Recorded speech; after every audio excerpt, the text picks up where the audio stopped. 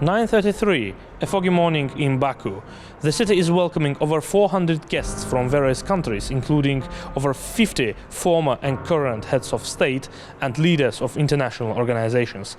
The 12th Global Baku Forum will start in a matter of minutes with a keynote speech by President of Azerbaijan, Ilham Aliyev.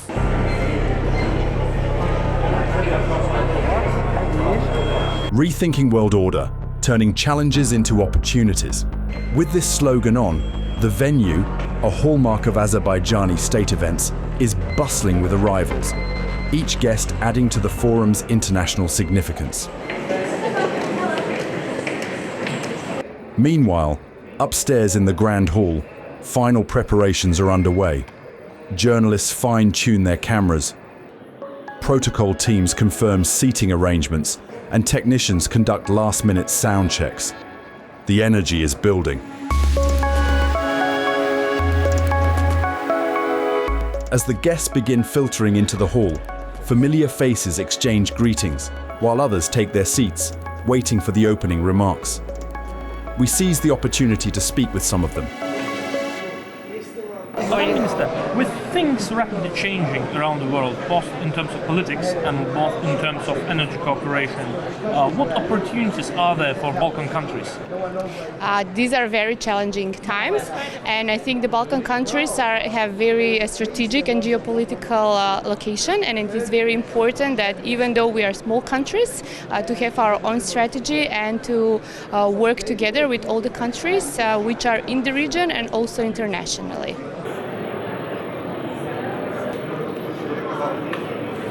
Ja smatram da su ove geopolitičke promjene izazov za svijet u cjelini. Za Europu, rekao bih posebno, a samim tim i za najmanje razvijeni dio Europe kakav je Zapadni Balkan. Na Zapadnom Balkanu još uvijek nemamo konsolidovanu stabilnost i nemamo jasno definisanu perspektivu. Velikodržavni nacionalizmi koji su doveli do rata na Zapadnom Balkanu 90. godina prošlog vijeka su opet oživjeli i prijete stabilnosti i demokratskom životu u našem regionu. Currently, we will find some new ways how to go forward, and this is the best actually. We can think very differently what happens in the US, but in my opinion, it is very positive, saying we have to change our behavior and heavily. AnewZ this year turns 160 years old, so we had experienced different turbulence in our past through our history, but we always work for the global world where everyone is interconnected and everyone can use digital technology across the borders. Of course, countries have their differences, they have their opinions, they also have their alliances, and there's the right to do, there's sovereign right to do. I think organizations like AnewZ, as part of United Nations, as part of United Nations responsible for digital, our work is still to strive to find these common denominators. The moment arrives. The final moments before the ceremony are filled with a quiet buzz. Delegates settle into their seats, and the last checks are made. The air is thick with anticipation.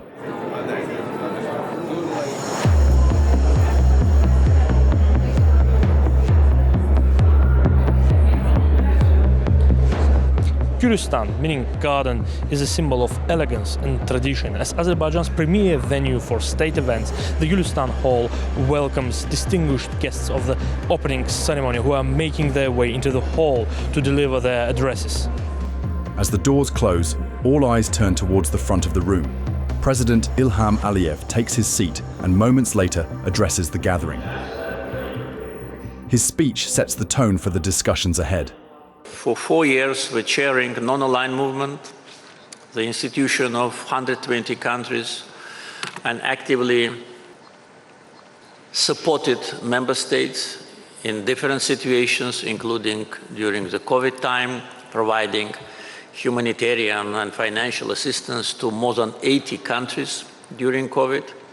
At the same time, with active communications with European actors, we've seen our role as kind of a bridge builder between global South and global North, And I think we achieved the success because it was not easy to agree on many substantial issues during COP29.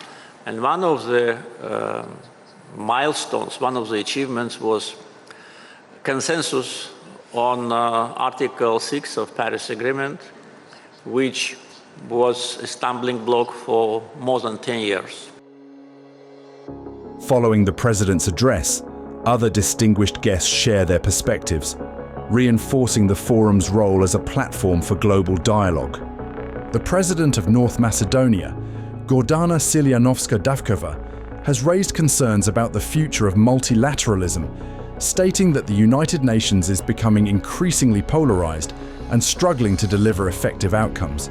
She noted that the consensus that once underpinned international cooperation is now in question.